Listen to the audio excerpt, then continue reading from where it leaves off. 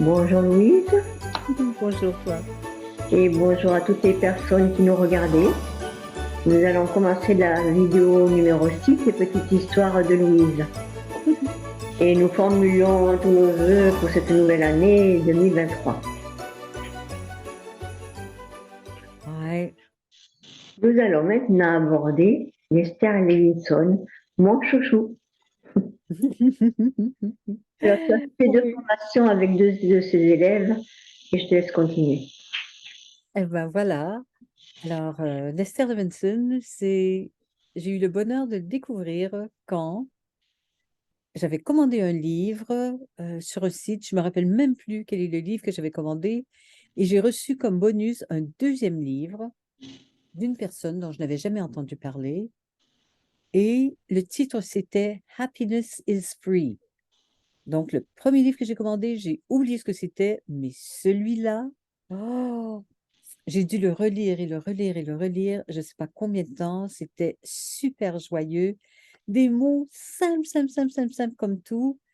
C'est là où j'ai découvert Lester Levinson et je me suis plongée dans euh, la méthode Sedona dont il parlait dans ce livre-là. Et puis, ben voilà, j'ai fait de nombreuses formations avec un de ses élèves qui était à Sedona. Depuis longtemps, je voulais aller à Sedona de toute façon. Attends, je me rappelle même plus. Je pense que j'étais déjà allée à Sedona, mais voilà, il y avait une formation, c'était en plein hiver, et puis j'ai trouvé ça extraordinaire de pouvoir aller pas loin de Phoenix, en Arizona, où je savais qu'il faisait extrêmement chaud. Donc, je suis allée faire une première formation. Je ne me rappelle plus, c'était peut-être 9 jours, je ne me rappelle pas exactement. Euh, C'était extrêmement cher, mais la raison pour laquelle j'ai fait la formation, c'est qu'il disait, euh, la raison pour laquelle je demande beaucoup pour les formations, c'est que c'est uniquement ouvert aux personnes euh, qui se sont créées une vie de manière à pouvoir se payer ça. Et figure-toi, c'est ce qui m'avait attiré, hein, faut le faire. Oui, Alors, je suis allée parce que je me disais, ben, attends, non seulement je le mérite, mais j'ai vraiment les sous pour me payer ça. Et je suis allée le faire. Et je crois que j'en avais parlé à une amie en France et elle a dit, bah, écoute, j'y vais aussi. Donc, elle est venue de France, elle est venue faire la formation. C'est un petit peu vague, mais je crois que je suis retournée à 2 reprises et une troisième fois, je crois que c'était pour faire la formation de coach dans la méthode Sedona. Et j'ai acheté, bien sûr, voilà mon inscription parce qu'il fallait toujours payer à l'avance et tout. Et Dave avait eu euh, une biopsie parce que on avait détecté un cancer, donc on voulait voir, blablabla. Et malheureusement, il a fait une hémorragie parce qu'il prenait des anticoagulants. C'était super compliqué. Donc, évidemment, je devais partir la veille du stage pour me rendre à Sedona en avion. Donc, j'ai pu être remboursée pour mon billet d'avion, mais ils ont refusé de me rembourser le stage. Et j'ai dit, ben non, c'est des milliers de dollars, je peux pas juste faire comme ça. Et ils ont dit, ben écoute, ce que tu peux faire, c'est essayer de vendre ton billet euh, pour le prochain stage. Donc, la personne n'aura pas besoin de payer. Alors, bon, j'ai dit, ils m'ont envoyé une liste de personnes qui étaient préinscrites et qui n'avaient pas encore payé pour le prochain stage dans plusieurs mois. Et j'ai pu parler à une dame qui a acheté mes billets. Donc, à ce moment-là, j'ai été remboursée. Mais ma grande surprise, c'est qu'il y avait eu un truc financier au niveau des banques à ce moment-là. Et le dollar canadien valait presque autant que le dollar US. Alors, j'ai fini par comment ça s'est passé? En fait, j'ai fini par faire un mini profit avec ça. Je ne me rappelle plus exactement comment ça avait fonctionné, mais j'ai vendu mon billet et voilà. Et puis pour moi, à ce moment-là, ça a été complètement fini parce que je me suis rendu compte que là-bas, il fallait signer des contrats, hein. Moi, je rigole toujours en disant, tu signes un contrat avec une goutte de sang pour vraiment sceller le truc. Euh, et puis, il n'avait pas du tout respecté ce qui était dans le contrat. Euh, voilà, dans le sens qu'il fallait toujours signer un document en arrivant, sinon on ne pouvait pas faire le stage. Et là, j'ai dit, ben, comme je ne signerai pas le document puisque je ne serai pas là, eh ben, et que vous me dites, ah non, tu peux donc pas faire le stage si tu ne signes pas le contrat, vous devez me rembourser. Ils ont dit, non, non, non, non, non, ça ne marche pas comme ça. Alors, pour moi, ça a été vraiment fini, même si j'ai reçu énormément, énormément des enseignements, mais il y a toujours un cadeau. Tout dans la vie est cadeau, tout et tous. Et ça m'a un peu obligée, quand elle était mieux, d'aller explorer davantage avec une autre personne qui, comme par hasard, était à New York, qui est à peut-être un vol d'une heure euh, et en voiture, moi je suis allée en voiture, c'était peut-être 9-10 heures de route. Ben, ici, 9-10 heures de route, c'est rien. Oui. Alors, ben voilà, je suis allée faire un stage à New York avec une personne qui s'appelle Larry Crane. euh, et c'était absolument passionnant. Donc, comme c'était pas loin, j'ai refait et refait et refait des formations avec lui. Et à un moment donné, je suis partie avec Dave pour aller au Colorado. Le Colorado, là où était le stage, c'est à peu près à 6 ou 7 000 kilomètres de chez moi. Euh, et Dave était suffisamment bien. C'était à l'automne. Pour traverser tout le Canada et les États-Unis de l'Est, parce que moi, je suis à l'extrême Est. Ça, c'est à l'Ouest, euh, dans les montagnes du Colorado. C'était extraordinaire. Euh, j'ai eu l'occasion de rencontrer euh, Larry personnellement, c'est-à-dire qu'on s'est un peu isolé pour parler de traduction, pour parler de, voilà, en fait, plein de trucs. Je voulais comprendre quelle était sa formation de coach à lui, si c'était différent, pour découvrir que ça n'avait absolument rien à voir. C'est vraiment clair. Alors, je l'ai beaucoup, beaucoup, beaucoup aimé, cet homme. On a gardé le contact pendant des années, des années, des années. Et je crois que de toutes les formations de toute ma vie, c'est avec Lester Levinson que j'ai dépensé le plus. Alors que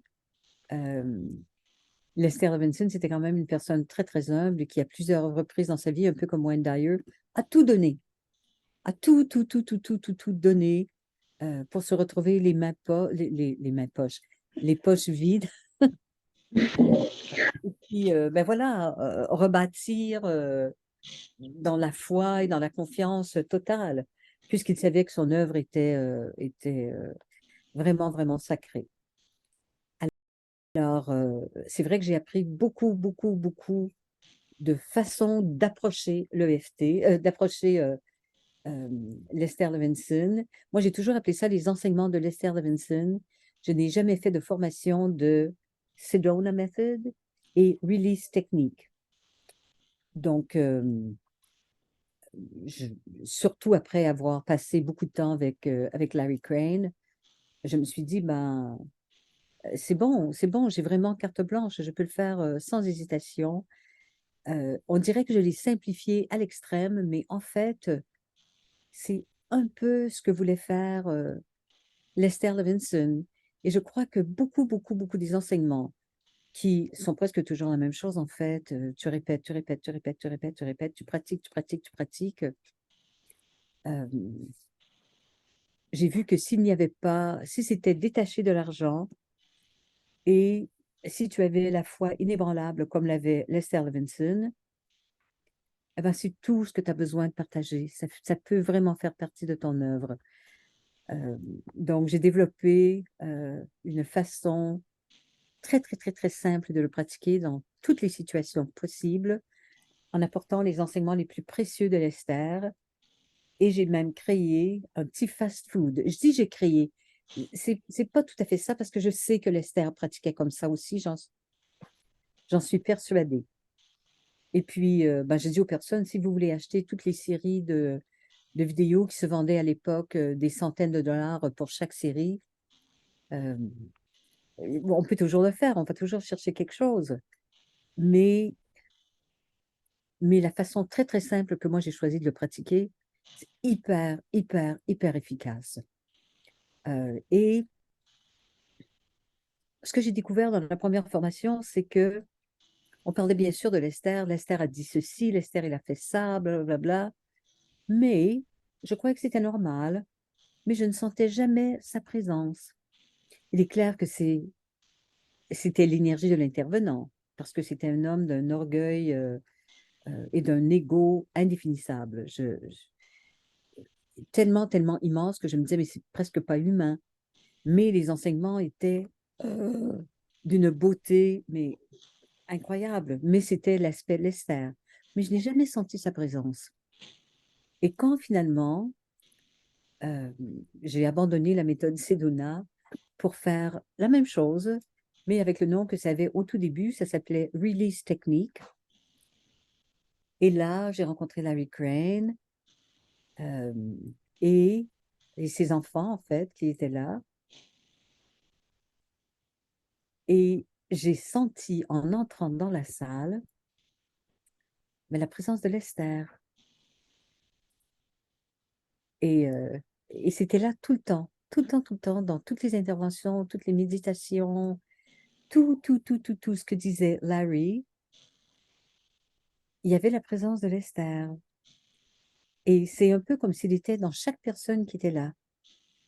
Tu vois, il n'y a jamais eu de manifestation d'ego chez les participants, jamais de méchanceté, comme souvent on trouve dans des groupes de 200, 300 personnes, tu vois.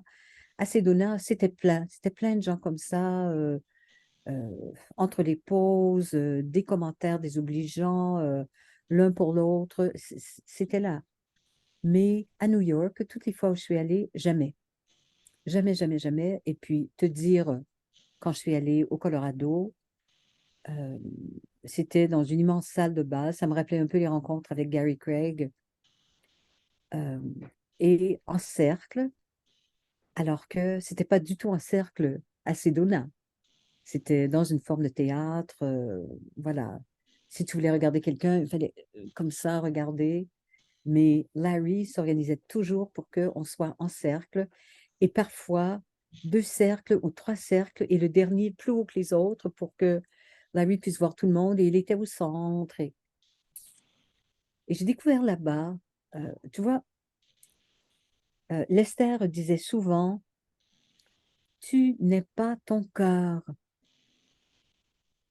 Et ça sous-entendait que même si tu sais que tu es dans ton cœur, tu n'as pas besoin de sentir ton cœur, mais tu peux être présent à 100%. Je ne comprenais pas vraiment ce que ça voulait dire, sauf que euh, quand il commençait à faire ses méditations, d'abord il nous transportait, c'était pas de l'hypnose, je peux te dire, hein, mais il nous transportait, c'était tellement beau, tellement, tellement beau, même s'il répétait souvent les mêmes choses, il avait une voix magnifique de toute façon, avec un accent comme Lester Levinson, un accent de New York, comme tu peux pas t'imaginer.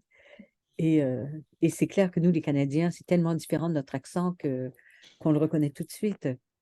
Et à tout moment, j'entendais boum, tadam. Et je me suis dit, mais attends, il y a des gens qui tombent là.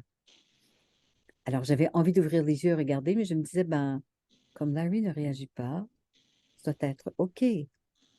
Et la première fois que j'avais entendu ça, après, c'était peut-être 1 heure et demie, et on ouvrait les yeux, on était super, super détendus, super relaxés, et il y avait partout des personnes tombées, qui étaient tombées en bas de leur chaise. Et je regardais tout ça, je me disais, mais attends, je suis où là? Et euh, il y a une personne qui est allée, bon, qui était près de son compagnon ou je sais pas quoi, qui lui a dit, mais est-ce que ça va? Et la personne a dit, oui, oui, c'est bien, c'est bien, c'est bien. Et puis juste pour vérifier, Elle a simplement pris son bras, comme ça, elle l'a laissé tomber. Aucune résistance. Pfff. Et pourtant, la personne était à 100% lucide. Oui, oui, c'est bon. Oui, oui, je vais me lever, c'est bon. Et on pouvait laisser tomber les membres et la personne n'avait pas mal, rien n'était cassé. Et les gens étaient à 100% lucides. À 100% lucides. Et à un moment donné, bon, les gens se levaient petit à petit. Mais qu'est-ce qu'on était bien, c'était incroyable. Et j'ai ouï dire, tu sais, par une personne qui avait fait avec moi Sedona, j'ai gardé certains contacts, et elle m'a dit, ben moi, on m'a dit, il faut surtout pas aller chez Larry Crane, parce que là, les gens sortent de leur corps. Et j'ai dit, ah non, non, non, non, non, non. Les gens ne sortent pas de leur corps. Les gens savent ce que veut dire, je ne suis pas mon corps. Alors, c'était absolument, absolument magique. J'avoue que pour moi, ça ne s'est jamais passé parce que j'ai jamais fait de longues méditations comme ça avec la méthode Release, mais j'ai souvent entendu des gens dire, c'est curieux, mais on dirait que j'ai pris quelque chose. Tellement, tellement les personnes se sentaient bien, se sentaient légères. Euh, souvent, les douleurs qu'ils avaient au début n'étaient plus là. On avait une personne qui avait, je crois que c'était un Parkinson, qui le premier jour est arrivé avec peut-être un déambulateur. Et le lendemain, elle est arrivée, je ne sais pas, peut-être avec une canne, parce que ce que Larry avait fait avec elle, c'est qu'il a fait la méditation et il lui a dit, est-ce que tu veux traverser la salle comme ça, devant 300 personnes? Euh, et après la longue méditation, elle était super, super, super en forme. Elle marchait sans déambulateur, sans trébucher. Et le lendemain matin, quand elle est arrivée, elle avait sa canne et il lui a dit, mais qu'est-ce que tu fous ici avec une canne? Il était vraiment tac, tac, tac, tac, tac. Elle a dit, tu laisses tomber ça et marche autour de la salle. Et elle a marché et à un moment donné, elle s'est mise à marcher plus rapidement et elle s'est mise à courir. Une personne qui est arrivée là-bas avec un déambulateur qui avait de la peine à se traîner, qui était en douleur permanente, ben, je peux te dire qu'au 4e jour ou 5e jour, je ne sais plus, eh ben, c'était vraiment de son passé parce qu'elle avait compris qu'elle n'est pas son corps. C'est, pour moi, je pense que de tous les enseignements de Lester, c'était un des plus précieux, puisque celui où il dit aucun attachement est une aversion, moi, je connaissais déjà. Mais, mais c'est extraordinaire, extraordinaire, au point où je n'appelle même pas ça une méthode de guérison. C'est au-delà de ça. Tu vois ce que je veux dire? C'est vraiment, vraiment incroyable. Et son enseignement le plus important, comme par hasard, je tiens quelque chose dans ma main. Alors, il disait, si tu penses que tu es aux prises avec quelque chose ou qu'il t'arrive quelque chose et que tu n'en es pas responsable, eh ben, lui disait, prends un stylo. Est-ce que le stylo tient à toi? Euh, non, non, non, c'est moi qui tiens le stylo. Eh bien, écoute, vois ce qui arrive si tu lâches. Eh ben, c'est clair que quand tu lâches, c'est la preuve, le stylo ne tient pas à toi. Comme dans ton corps, tes maladies, tes étiquettes, le, le- le premier enseignant que j'avais eu de la méthode Sedona appelait ça des labels de qualité. Toutes les maladies et les symptômes et tout, c'était des labels. Et plus la qualité est grande, plus le label il est important, eh ben, plus ça nous donne l'illusion d'être différent et d'être important. Mhm. C'est comme, je peux nommer n'importe quelle pathologie, mais je n'ai pas envie. Euh, donc, Larry Crane, il a vraiment dépassé ça parce que c'est ce que faisait Lester Levinson aussi. Rien ne tient à toi. Rien, c'est toi qui t'agrippe. Et ce que j'ai fait, c'est que j'ai traduit euh, son espèce de, c'est pas un fast-food, mais il avait créé une petite phrase que tu utilises tout le temps avec tous tes clients, avec tes patients. euh, voilà. Et c'est que tu trouves. Est-ce que tu veux que je l'explique? Oui, parce qu'il y a des gens qui connaisseront peut-être pas. Mhm. Qui connaissent. bien pas. sûr. Alors, il nous disait, avec l'envers de ta main, descends à peu près d'ici jusqu'au bas du ventre et vois où il y aurait comme une forme de stagnation ou une sensation de blurk. Lui, il disait yak. Et tu le sens, tu descends, tu penses à ta situation et tu descends. Et là où des fois, tu as l'impression d'avoir une petite nausée, c'est pas toujours pareil. Mais tu places ta main et tu dis, je reconnais que je m'agrippe. Là, là. Ah, il disait en anglais a want. Want, en français, se traduit de plusieurs façons. Want, c'est désirer quelque chose, vouloir quelque chose. Want, c'est être en manque de quelque chose. Mm. Want, c'est aussi une façon de dire que tu as un besoin. Alors, tout se ressemble, mais ce sont des mots différents qui, dans un contexte différent, voudraient dire quelque chose de différent. Mais le mot want, W-A-N-T, c'est tout ça. Alors, je reconnais que je m'agrippe à un manque. Ça peut aussi être un désir. Tu sais, c'est barre oblique, désir, besoin de. Et là, il nommait 5 choses. Et peu importe ce que tu vis, ça entre dans une de ces catégories, mais généralement dans toutes les catégories. Donc, a want of approval. Approval, ça veut dire être aimé par moi, par l'autre. De voir qu'on est reconnaissant. C'est un seul mot, approval.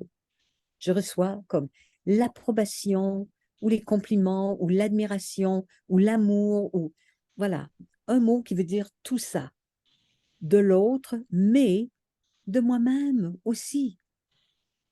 Ou bien a want of approval control. Donc, ou bien tu manques de contrôle dans la situation, ou bien tu veux avoir le contrôle. Et parfois, tu veux tellement avoir le contrôle que tu es contrôlé toi-même par ce désir de contrôle.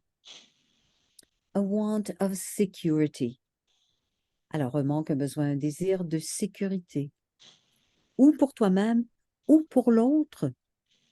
Par exemple, quand tes enfants, adolescents, ou parfois plus que adolescents, font une connerie ou un truc où tu dis, mon Dieu, mon Dieu, mon Dieu, eh ben, tu voudrais bien pouvoir les contrôler par amour pour eux et pour leur sécurité. Et ça s'applique à toi aussi. Alors, a want of approval, qui veut dire tous les mots que j'ai dit tout à l'heure, control, and security, mais également separation and oneness. Et j'en parle très peu parce que oneness, ça veut dire l'unicité. Alors, impossible que la séparation existe.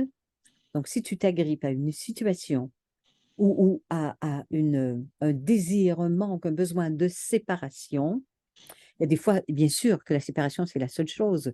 Tu es avec, euh, tu vois, un employeur, euh, une relation qui met ta vie en danger, par exemple, soit avec des paroles, des coups, de la brutalité, qu'importe. Eh ben là, la séparation physique, on dira ce qu'on veut, tu as besoin de te séparer physiquement. Mais le reste, puisqu'on est tous unis, là, on peut incorporer au Ho'oponopono, merci, je t'aime, de montrer que si tu te conduis comme ça, c'est que moi, je porte ça en moi. Et ainsi de suite. Alors, tu vois, Lester Levinson disait oneness and separation. Et moi, j'en parle un tout petit peu en disant l'un ou l'autre, ça ne te sert à rien de désirer ou la fusion, qui est autre chose, ou la séparation. Parce que c'est, nous ne formons que un. Alors, déjà, ça donne quoi de désirer? Désirer l'unicité, en fait, ou même la fusion. Parce que même séparés, si tu vois, parce qu'il y a plusieurs sens à ce mot-là, évidemment, au mot fusion. Et la séparation, tu n'es jamais séparé puisqu'on est tous unis de toute façon. Alors, je parle surtout des trois premiers en tenant compte, moi, dans ma façon de partager, c'est toujours, toujours dans le quantique. Donc, tout le monde sait déjà que oui, nous ne formons que un. Il y a bien sûr le bon sens qui entre là-dedans. Et la façon très simple, c'est que tu reconnais que tu t'agrippes et tu peux dire, je reconnais que je m'agrippe à un désir de respect de ces personnes. Et il est clair que dans le respect que tu désires recevoir, tu voudrais bien pouvoir le contrôler et ça assure ta sécurité en même temps, très souvent, ou pas. Donc, c'est toujours les trois. Tu peux choisir un de ces mots, mais ils sont intriqués eux aussi. Alors, c'est toujours la totale, de toute façon. Donc, tu reconnais, tu dis bien ce que tu veux parce que ça, tu peux le faire une fois et ça fonctionne pour tout. Tu reconnais qu'il y a un blurk à l'intérieur, tu mets tes mains et tu dis, et si je lâchais mon agrippation? Tu éloignes un peu tes mains, juste un tout petit peu, hein, quelques centimètres. Et si je lâchais encore un peu? Mon agrippation. Et si je lâchais un peu? Et si je lâchais un peu? Et si je lâchais encore un peu? Et si je lâchais un peu? Et si je lâchais un peu? Et encore. Et tu vois, tout à l'heure, j'ai toussé, ce qui est assez inhabituel. Donc, je me dis, ah, tiens, peut-être que c'est ici que je m'agrippe. Tu sais, il y a des expressions qui l'expliquent bien, comme prise à la gorge ou quoi que ce soit. Alors, je vais revenir et mettre une main là où elle était tout à l'heure et ici à la gorge. Oui, je reconnais que je m'agrippe. Et pour moi, j'avais choisi quelque chose tout à l'heure et je me rends compte que, voilà, c'est peut-être à la sécurité. Parce que c'est vrai que je vis complètement hors norme et dans la société d'aujourd'hui, ben, il est clair qu'il y a des moments où je me dis, mais je fais quoi là? Qu'est-ce qui assure ma sécurité pour quand j'aurai 90 ans, tu vois, ou quand j'aurai 75 ou qu'importe. Ouf, et là je dis, OK, et si je lâchais mon agrippation à ce désir de sécurité qui en même temps est un manque? Parce que si je désire quelque chose, c'est que je ne l'ai pas. Donc, ça ne fait que confirmer davantage. Si je lâchais l'agrippation, un peu plus. Ouais, ouais, très bien, et un peu plus. Et je lâche encore un peu plus mon agrippation. Et mon agrippation, je lâche un peu. Et quand tu éloignes tes mains, tu peux aussi les ouvrir. Comme si tu ouvrais de grandes, grandes portes de grange, tu vois. Ah, et là, ma gorge, elle est toute bien, toute douce, ça va. La région du plexus solaire, en fait, où j'avais eu mes mains tout à l'heure, c'est tout libre. Là, je repense à ma situation. Oui, mais voilà. Et tu as remarqué une chose, c'est que je n'ai pas dit, est-ce que je pourrais lâcher mon désir de sécurité? Mhm.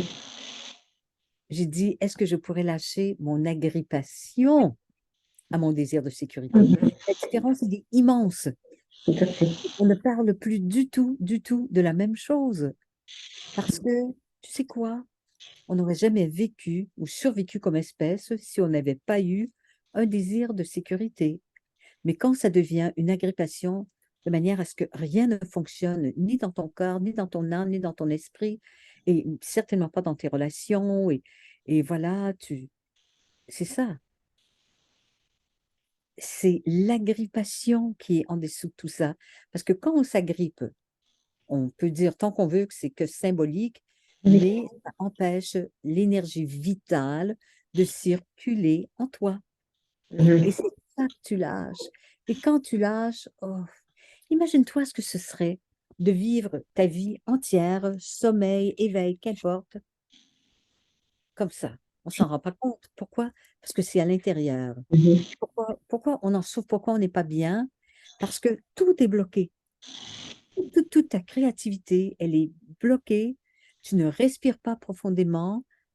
Et c'est quand tu lâches l'agrippation, c'est complètement, complètement nouveau et libre.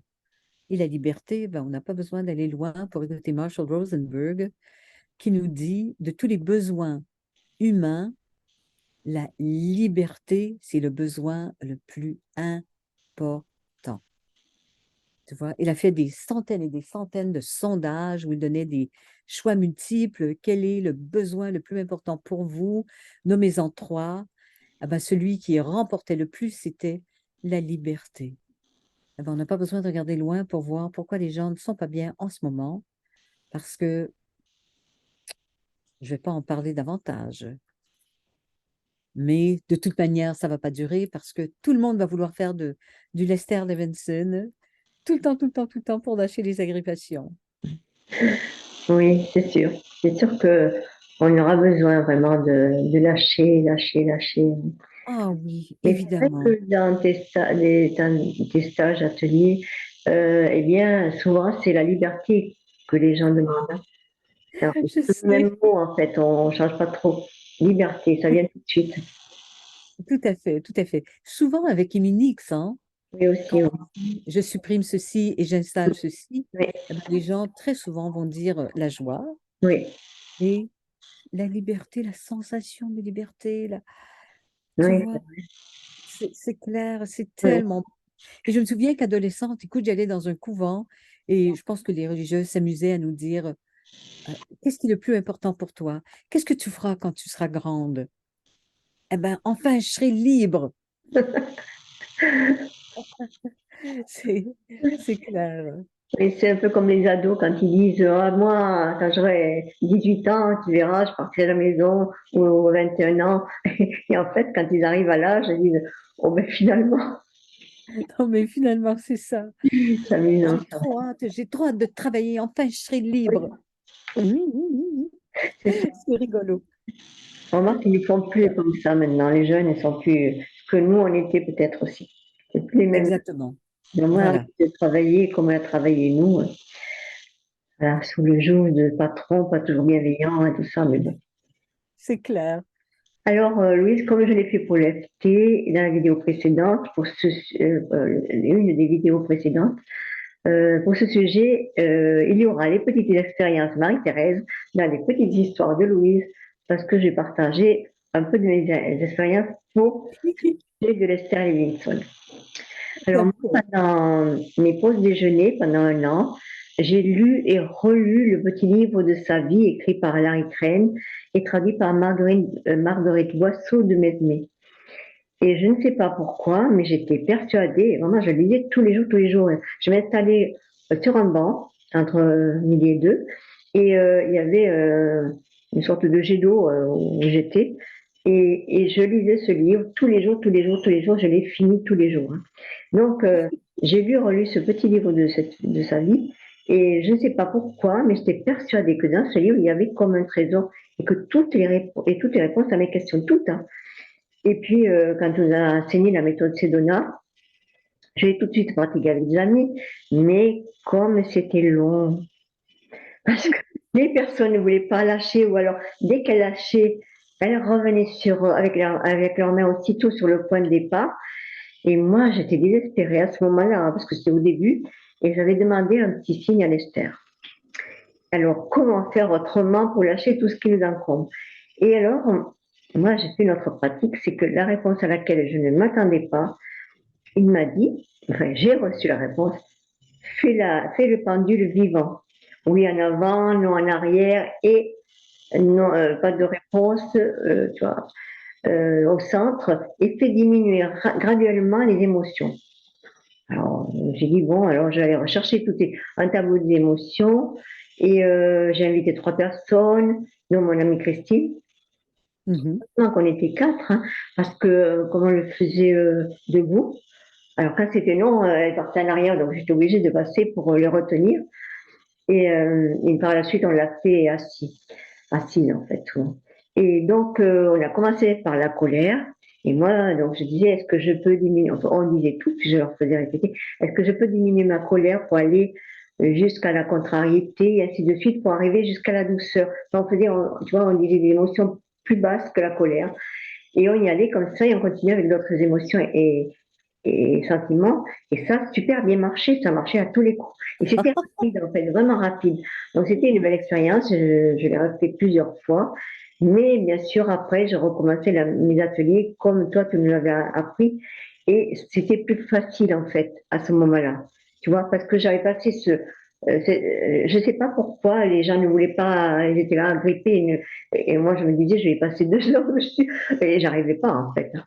Et donc, ça m'avait tellement bouleversée, finalement, que je ne pouvais aider personne, finalement.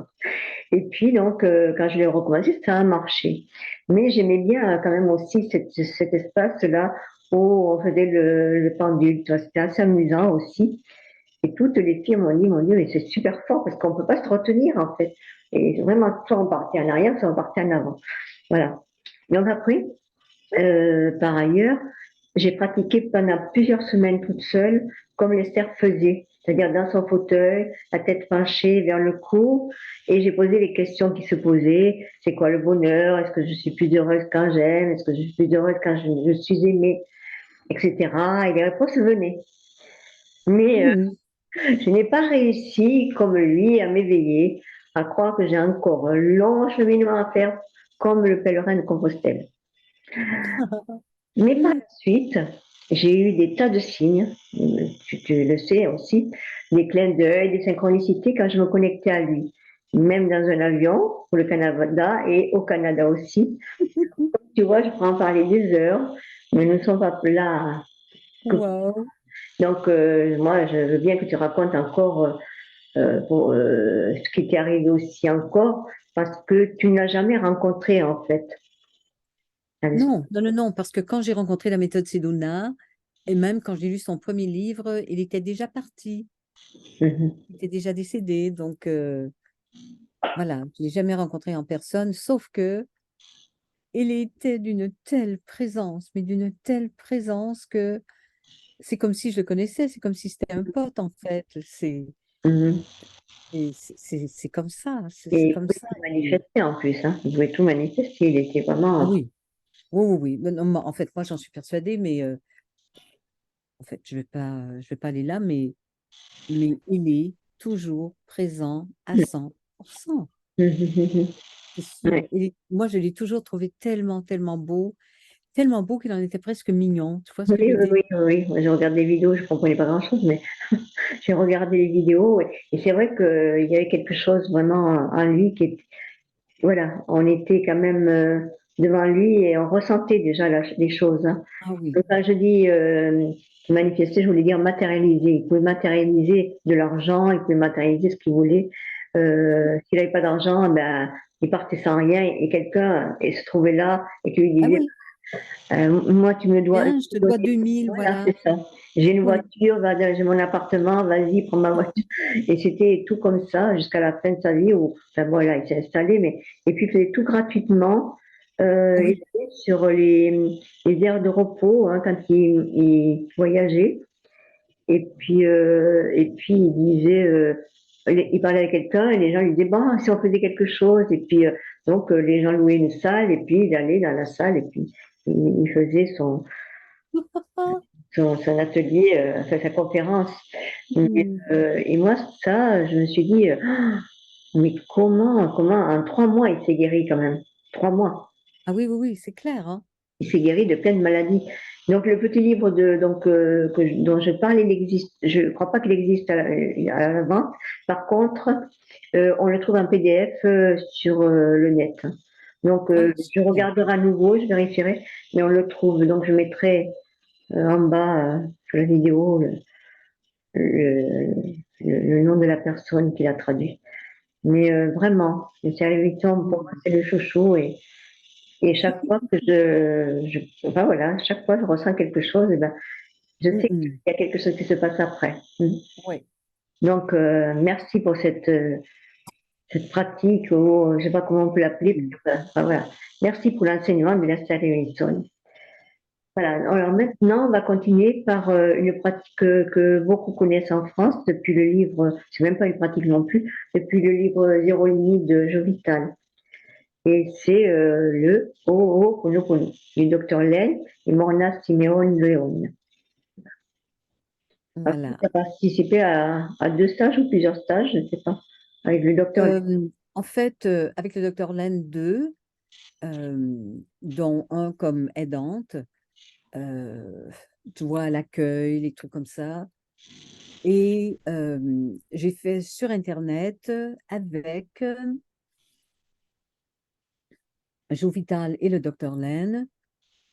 C'est un vieil enregistrement que j'avais trouvé quand même extraordinaire. Il y a même des choses que j'avais. Ça, c'était assez tout début. Et puis bien sûr, on pouvait acheter beaucoup sur audio au tout début. C'était en anglais, avec Joe Vital et avec d'autres personnes, comme l'ancienne compagne, euh, elle s'appelait Mabel Katz. Euh, donc, j'ai appris énormément, énormément avec elle. Et mon histoire avec Ho'oponopono, c'est que j'avais entendu des enregistrements. Ensuite, j'ai trouvé le livre. Et ça, c'était vraiment, je crois que c'était vers les mi-2000, peut-être 2004, 2005, je ne me rappelle pas, autour de cette période. Euh, Peut-être un petit peu après, parce que c'était dans mes tournées en France. Et à un moment donné, j'avais décidé de faire à un endroit seulement, chez Marie de Chauny, dans le 13e, euh, les 5 techniques. Alors, c'était 5 jours, mais on faisait une technique tous les jours. Et une de ces journées, c'était, euh, je crois, le Lester Davidson, mais également Ho'oponopono. Alors que personne n'en avait entendu parler en France. Et je me souviens que il y a Jean Gracier et Maria Elisa qui étaient venus cette fois. Mm. Et puis, et voilà, j'avais fait une journée de Ho'oponopono avec ce que j'avais lu dans le livre et tout ça. Euh, et je l'ai incorporé par la suite dans tous mes stages de 5 jours où on faisait toujours à la fin de la journée un petit Ho'oponopono et on le faisait en plusieurs langues. Ce qu'on disait, parce que c'est ce que j'avais trouvé dans le livre, merci, je t'aime. Désolé, pardon, merci, je t'aime. Alors, je l'expliquais comme c'était expliqué dans le livre et je n'ai jamais lu la traduction, mais je pense qu'on ne disait pas exactement la même chose. Dans, dans la traduction, on n'est pas allé aussi loin finalement dans ce que voulait vraiment dire le docteur Len, parce que le livre de Jovita, c'est le livre de Jovita, c'est pas le livre du docteur Len, tu vois. Mm. Et puis, ben voilà, je l'ai partagé, ça s'est répandu comme un feu de poudre, Jean et Maria-Lisa. En fait, c'est juste Maria-Lisa qui était venue. Elle est rentrée à la maison et elle a dit, mais attends, c'est extraordinaire ce truc. Et elle a cherché bien sûr en espagnol. Et ben, en espagnol, il y avait plein d'informations parce que eux traduisent tout sans, j'allais dire sans conscience. C'est pas sans conscience, c'est que les copyrights, ils s'en foutent réellement. Oui. C'est bon, si c'est bon pour tout le monde, ok, go, on traduit. Et elle a vraiment plongé là-dedans pour finalement écrire un livre Mhm. sur Ho'oponopono qui a été vendu en milliers et milliers d'exemplaires. Un petit livre aux éditions Jouvence, tu vois, Oui. c'est dommage. Euh, alors, c'est ça. Donc, pour elle, c'est devenu une grande partie de sa vie. Elle est partie avec Jean. Ils ont fait des tournées partout, partout en France, en Belgique, en Suisse, Mhm. pour partager les enseignements du docteur Len. Euh, et pendant ce temps-là, euh, je continuais toujours à acheter plein d'informations. J'ai découvert que le docteur Len venait tout près de chez moi, à Toronto. Ben, tout près de chez moi, c'était à 5 heures. Et c'est un moment où Dave sortait tout juste de l'hôpital, donc je suis allée faire la formation et j'ai payé cette formation pour Dave et moi avec les sous que j'avais gagnés en vendant euh, les cassettes audio et les cassettes comme ça de Gary Craig. Parce que dès que je vendais des cassettes, il donnait une commission et j'en avais suffisamment pour payer la formation avec le docteur Len. C'est pas beau, ça? Ah oui. C'est incroyable, absolument incroyable, parce que finalement, ils disent des choses différentes, mais en même temps, ils disent beaucoup, beaucoup la même chose, tu vois. Mhm. Alors, voilà, je l'ai rencontré et j'ai été touchée, mais touchée, touchée, touchée. D'abord, c'est un psy très, très, très différent. C'est un Hawaïen avec le gros accent de Hawaï qui mâchait sans cesse du chewing-gum tout le temps, tout le temps, tout le temps. Il faisait pas de bulles, mais il mâchait tout le temps, tout le temps. Il portait une casquette, une chemise hawaïenne, les pieds nus dans des sandales, vraiment, vraiment impressionnant. euh, Doux, doux, doux. C'était incroyable. Et dans notre groupe à Toronto, on était tellement nombreux et il y avait une maman avec un bébé naissant qui, par moments, pleurait. Alors, tout en parlant, le docteur Len se glissait comme ça entre les rangées et tout. Et allez, il prenait le bébé dans ses bras comme ça, en une seconde. Le bébé arrêtait de pleurer, souvent s'endormait. Il parlait comme ça et le rapportait à sa maman. C'était très, très beau. Et moi, j'avais demandé, parce que Dave sortait de l'hôpital, et puis être assis là tout le temps, alors que dans le lobby, il y avait de magnifiques fauteuils très confortables. Et j'ai demandé si je pouvais entrer un fauteuil dans la salle pour Dave. Donc, une des organisatrices que j'ai vraiment appris à connaître par la suite, qui m'avait ensuite invitée pour être assistante ou euh, voilà, donc invitée. Euh, voilà, elle est allée demander au docteur Len et je l'ai vu qui a regardé Dave et avec un amour absolument infini, je l'ai vu, bien sûr, hocher de la tête. Donc, ils ont entré un fauteuil. Ce que j'ai appris par la suite, c'est que, pourquoi elle lui avait demandé la permission, quand je suis allée comme aidante, on arrivait à l'avance. Moi, je suis arrivée une journée avant, mais l'équipe louait c'était un week-end, ils louaient la salle pendant 7 jours où aucun employé ne pouvait entrer. Ils s'occupaient de faire le ménage eux-mêmes et ils nettoyaient la salle pendant 4 jours avant. Alors moi, je suis allée juste une journée avant et c'est juste énergétiquement. On nettoyait tout, les chaises, on avait même, tu sais, des lingettes, parfois avec, tu sais, une poudre d'étoile, un produit quelconque, et on nettoyait tous les fauteuils, tous les espaces, tous les murs, euh, vraiment, vraiment, beaucoup, beaucoup de prières et tout, 4 jours avant. Ensuite, on accueillait les gens pendant 2 jours et à tout moment, on demandait aux gens de sortir. Ah, ben attends, j'ai fait un bond. Je vais retourner à Toronto la première rencontre.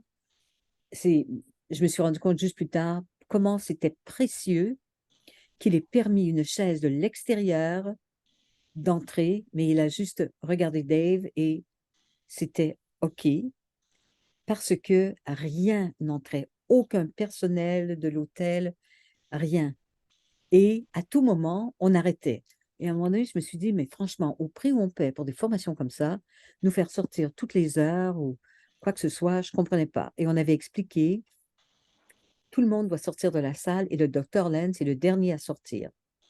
Et on faisait ça plusieurs fois par jour, 4 fois, 5 fois pendant la journée. Et personne n'avait le droit de retourner dans la salle par la suite parce que les aidants faisaient quelque chose que j'expliquerai tout à l'heure. Et chaque fois qu'il sortait, comme Dave ne marchait pas très, très, très rapidement, on allait dans notre chambre, on mangeait une petite bouchée pour ensuite redescendre. Et ben, quand il sortait de la salle, il courait comme ça dans la foule et se rendait jusqu'à Dave pour toucher son épaule, parfois se placer devant lui et le regarder avec un amour infini et lui dire Thank you, I love you. Juste comme ça. Et Dave, à ce moment-là, comprenait pas toujours ce qui se passait, c'est qui ce bizarre hawaïen là, c'est clair. Et bien sûr, je l'avais vraiment, vraiment, vraiment, mais adoré et adopté.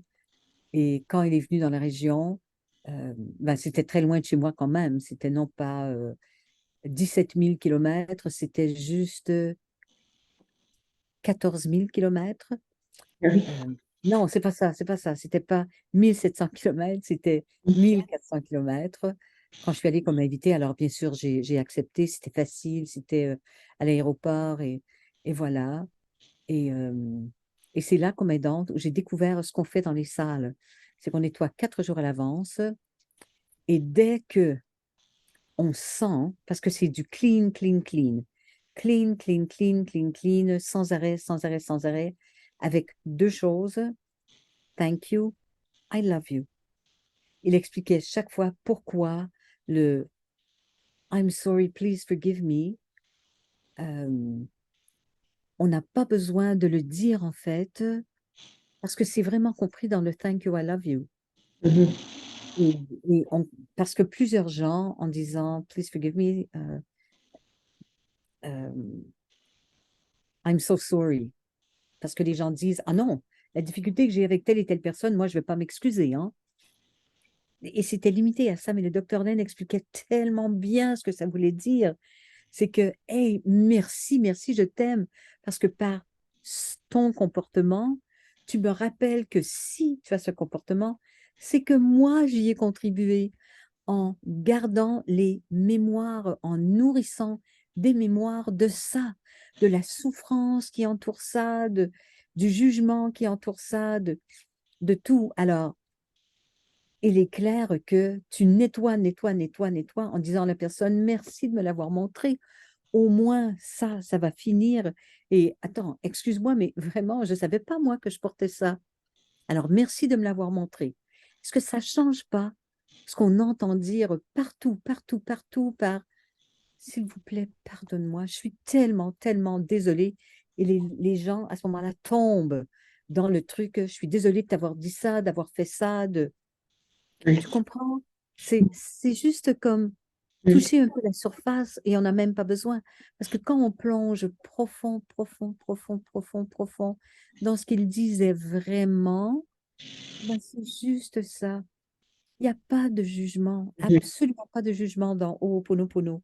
Et j'ai eu le grand bonheur avec des grands groupes américains euh, où, tu sais, on vend beaucoup, beaucoup de cours de Shift Network et enfin plein, plein de trucs à l'époque où on m'a dit, est-ce que tu ferais une intervention? Parce que dans telle et telle ville, il se passe un drame pas possible. Il y a 8000 personnes dans telle et telle industrie ont perdu leur poste comme ça, sans avertissement. Voilà, toutes les maisons se vident parce que les gens ont plus de salaire et on essaie de créer des groupes de soutien pour autant de personnes que possible. Est-ce que tu ferais quelque chose pour nous? Et il m'avait proposé, j'avais parlé de EFT, j'avais fait une intervention entre autres à un moment donné avec Détroit, où ils avaient fermé beaucoup, beaucoup, beaucoup de fabriques, d'usines où on fabriquait les voitures américaines parce qu'ils allaient les fabriquer au Mexique ou ailleurs. Donc, beaucoup, beaucoup d'emplois qui étaient perdus et ainsi de suite. Et j'avais fait EFT, peut-être l'Esther, je ne me rappelle plus la deuxième méthode, et Ho'oponopono. Et te dire la réussite que ça avait eu parce que les gens étaient au plus bas, des plus bas, des plus bas. Et de leur donner un cadeau comme ça, où ils prenaient la responsabilité, où il n'y avait pas une seconde pour s'apitoyer sur leur sort, eh ben, je peux pas te dire mais le succès que ça a eu, c'était incroyable, incroyable. Et James O'Dea, mon grand mentor, qui m'avait appelé par la suite parce que c'est lui qui m'avait recommandé à cette chaîne. Il avait dit, mais elle saura apporter quelque chose à ces personnes, c'est clair. Tout était gratuit, évidemment. Et, euh, et il était super content, très, très, très touché de cette intervention. Alors, ça, j'en ai presque jamais parlé parce que ça sert à quoi? C'était en anglais, c'était aux États-Unis. Mais là, ça me fait du bien. Ça me fait en même temps un petit velours et en même temps toute l'émotion que j'avais. Tu vois, la gratitude que James ait pensé à moi et puis le cadeau que j'ai fait, la gratitude de ces personnes. Enfin, enfin, on a quelque chose.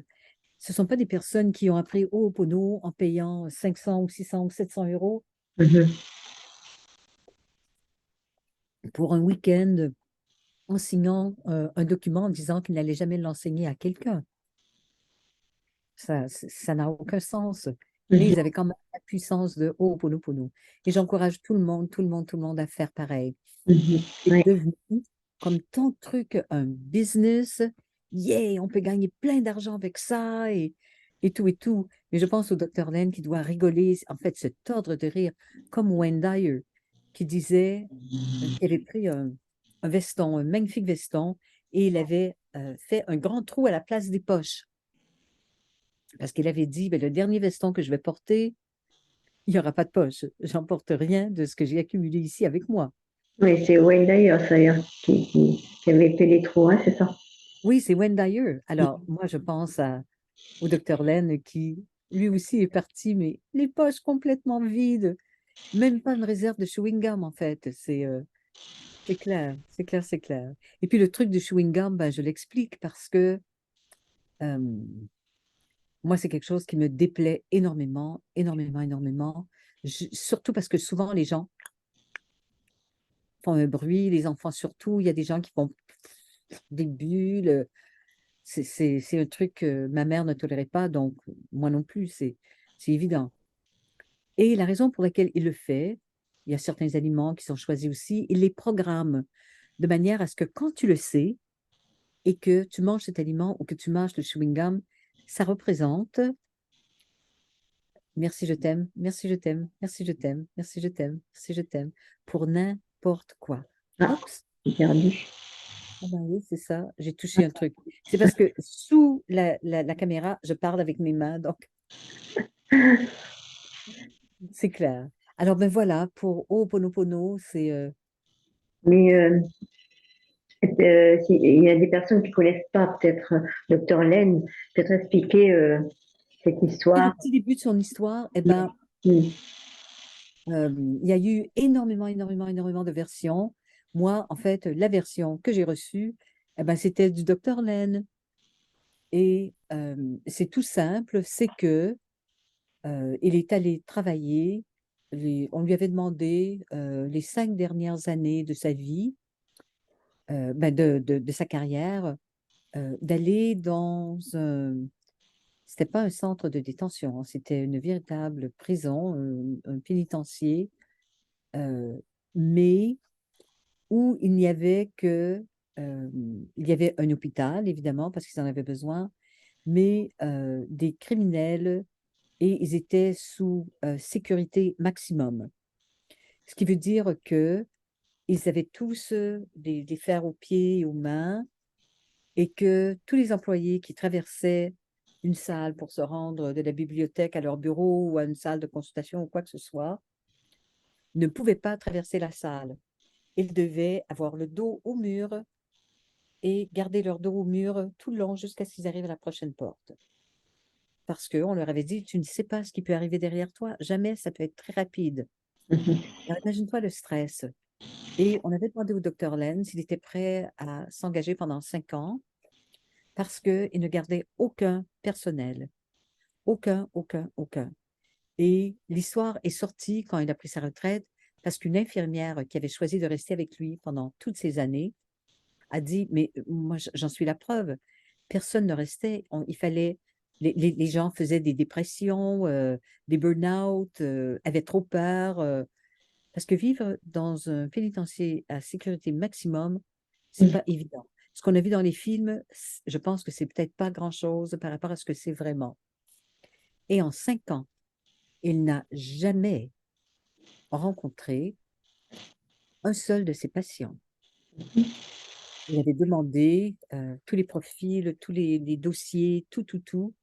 Et il passait ses journées à regarder.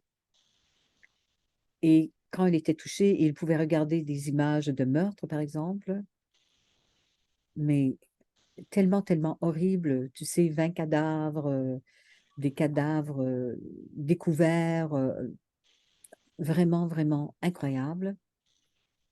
Et il regardait ces images et les paroles et sans arrêt, merci, je t'aime. Parce que si ça s'est produit, et si ça se produit encore, moi, j'y contribue.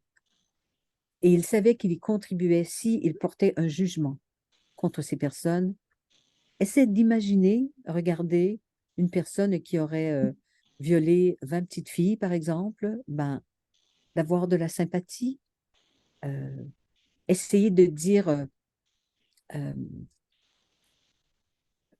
c'est ça, il y a des gens qui comprennent qu'il faut, euh, tu vois, qu'il faut les pardonner. Eh Mhm. ben, c'est naturel, tu n'as même pas besoin de le dire. Mhm. Tu dis à la personne, si tu as eu ce comportement, c'est que sans le savoir, je ne savais pas, mais j'y ai contribué en passant une vie à te juger, en disant, oui, mais de toute façon, il a toujours été comme ça. Non, on n'a plus le temps de faire ça. Juste, même si le comportement, il est d'un dégueulasse, même ce qui se passe en politique et en tout aujourd'hui, merci, merci, je t'aime de me montrer que avec un comportement comme ça, avec, appelle-le comme tu veux, des confinements, des n'importe quoi, des, tout ce qui se passe. Merci, je t'aime de me montrer par ce comportement que j'y contribue.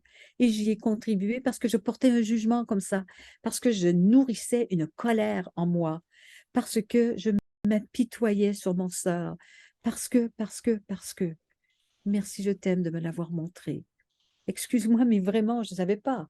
Parce qu'on se rend compte qu'un comportement comme ça, au fond, ça n'apporte pas de joie ou de bonheur.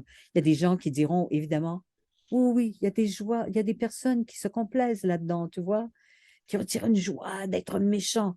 Mais c'est tellement contre nature que Mhm. on ne parle pas de psychologie ici. Même si c'est un psy qui nous le disait, il avait vraiment, vraiment compris. Et maintenant qu'on sait, tout le monde sait combien on est intriqué, Ouais. voilà la vie facile.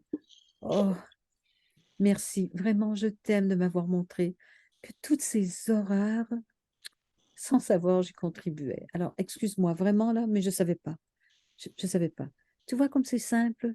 Oui, Et tout à tous fait. ces employés, tu vois, à Détroit et d'autres endroits qui avaient tout perdu, les économies de leur vie, tout, eh ben, d'avoir un outil comme ça, mais dans leurs mains, qu'ils peuvent utiliser n'importe où, n'importe quand, tout le temps. C'est, et c'est plein d'amour. Ouais. Alors, ben voilà, c'était ça son histoire. Oui, Et c'est c'est de l'écoute. l'infirmière qui en avait parlé à quelqu'un, qui en Mhm. a parlé à quelqu'un, et Jovital en a entendu parler, et il a dit, ben, je vais voir si c'est vrai, moi, cette histoire. Et, euh, et voilà, ça lui a pris un an avant de pouvoir le joindre. Il l'a fait. Et le docteur Len a dit, oui, oui, oui, oui, oui, viens, et puis on en parle. Et il semblerait que, voilà, il y a plein d'histoires qui découlent de ça. Je ne vais pas les répéter parce qu'elles sont toutes différentes, où il aurait écrit le livre avec lui et tout et tout. Je ne vais pas dire que c'est faux, mais j'ai Ouais. déjà vu avec Gary Craig des gens qui ont pris ces trucs et qui ont dit un livre écrit avec la bénédiction de Gary Craig ou en co-écriture avec Gary Craig et pour que Gary m'appelle et dise, tu sais, tel et tel livre, eh ben, on m'a dit que c'est exactement ta traduction gratuite qui a été reportée dans ce livre. Et il y en a des centaines et des centaines de livres comme ça qui ont été écrits. Alors, pour le docteur Len et Joe Vital et tout, je ne m'aventure pas parce que j'ai entendu trop de trucs. Et de toute façon, est-ce que tu crois que ça enlève la beauté de ce que moi j'ai entendu de mes oreilles, entendu en présence du docteur Len? Eh ben non. Non. Ces histoires, je laisse tomber et je prends ce qu'il a apporté. Je ressens encore son sourire et c'est clair. C'est clair. Et ce qu'il y a de bien avec ça aussi, on remarque avec tout ce que tu fais, mais avec ça, c'est qu'on peut le faire en NFT aussi. De Ho'oponopono? Oui, Ah oui, voilà. Donc moi, je sais que je fais comme ça aussi. Euh, c'est bien. la fin, c'est bien de finir par ça, tu vois. Donc je trouve que c'est. Tout à fait. Ouais. Et je me souviens que je pense que c'était avec ça, oui, qu'on faisait et qu'on descendait, puis après on remontait, on mettait les bras en croix. Exactement. En fait, c'était qu'on ouvrait comme un Voilà. immense Un chakra croix. coronal, parce qu'on Oui, était toujours en cercle. oui, c'est ça. C'est ça. Oui, C'est ça. oui. Et on levait les bras. Jusqu'au jour où quelqu'un a dit c'est une secte, non?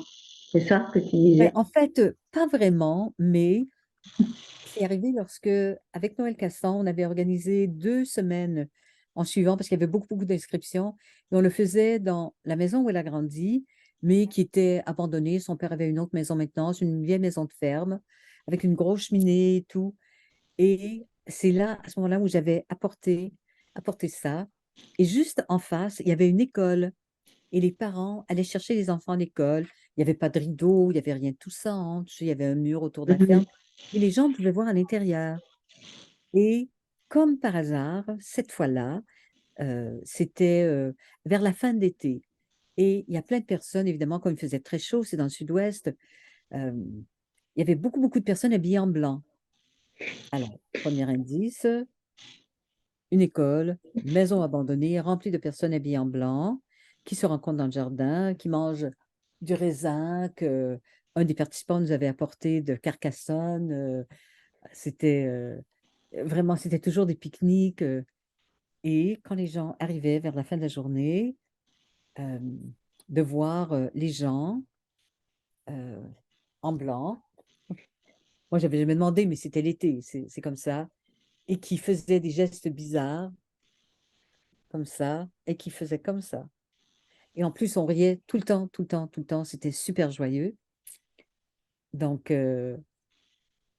c'est Noël qui avait dit à un moment donné, ben là, c'est sûr que les parents vont dire, ah, mais qu'est-ce qui se passe en face, là? C'est des rencontres de sectes. Regarde, ils sont tous pareils. Et pourtant, voilà, c'est sûr. Donc, on a arrêté presque vers la fin de la semaine, de la deuxième semaine, de faire comme ça. C'était, mais ailleurs, dans les autres villes, j'ai dit, si vous voulez faire, on le fait, c'est pas de problème. Mais c'était génial. On faisait même l'EFT comme ça. On Oui, commençait avec le dernier point et c'est ça. on remontait. Et Oui. on faisait bien sûr, merci, je t'aime, merci, je t'aime, merci, je Mhm. t'aime. Mais à Mhm. ce moment-là, c'était désolé, pardon, merci, je Mhm. t'aime. Et on faisait en plusieurs langues. Parce qu'il y avait parfois des Oui, Allemands, des oui, Hollandais, je me des souviens.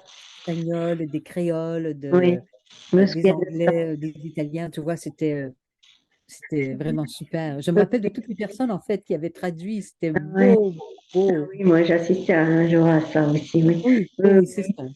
et puis moi, je sais que quand je le fais faire, tu vois, donc je le fais dire à voix haute, et puis on redescend la voix, tu vois, on va jusqu'à le chuchoter, voilà, pour que ça se termine. On Oh, fait plusieurs rondes comme ça, et là, je fais ressentir, tu vois, aux gens. Donc moi j'aime bien ça, tu vois, de finir, enfin pas finir parce qu'on le met dans, on peut finir avec ça, mais il y a tellement de choses avec quoi on peut finir. Mais j'adore cette ah oui. pratique. Et je les oblige, enfin je les oblige, je leur demande de ressentir parce que tu vois, quand tu le fais à voix haute, tu parles, c'est le mental, voilà. Et quand tu redescends toi-même, ça Mhm. fait quelque chose de beau en fait, ouais. Tout à fait, tout à fait. Voilà. Alors Louise, ben c'est la fin, hein. Ben, merci pour ces Mhm. partages, ces échanges. Nous allons arrêter ici pour cette sixième vidéo et nous retrouvons dans une semaine. Et Louise, as-tu quelque chose à rajouter? Eh ben, dans ce contexte, je pense que je dirais juste pour tout ce qui se passe autour de nous, que ce soit les politiciens, les systèmes, euh, n'importe quoi, n'importe quoi, n'importe quoi, juste prendre 2 secondes et juste dire, écoute, merci, je t'aime. Merci, je t'aime. Écoute, je ne savais pas que j'y contribuais avec mes pensées de jugement, mes colères et tout. Alors, excuse-moi, mais je ne savais pas, hein. Donc, voilà, merci, je t'aime. Merci, je t'aime parce que maintenant, grâce à toi, je sais que j'y contribue. Non, mais. Alors, c'est ça mon mot de la fin. Non, mais. Et, non, mais et n'oubliez pas de vous célébrer chaque jour. Bye bye.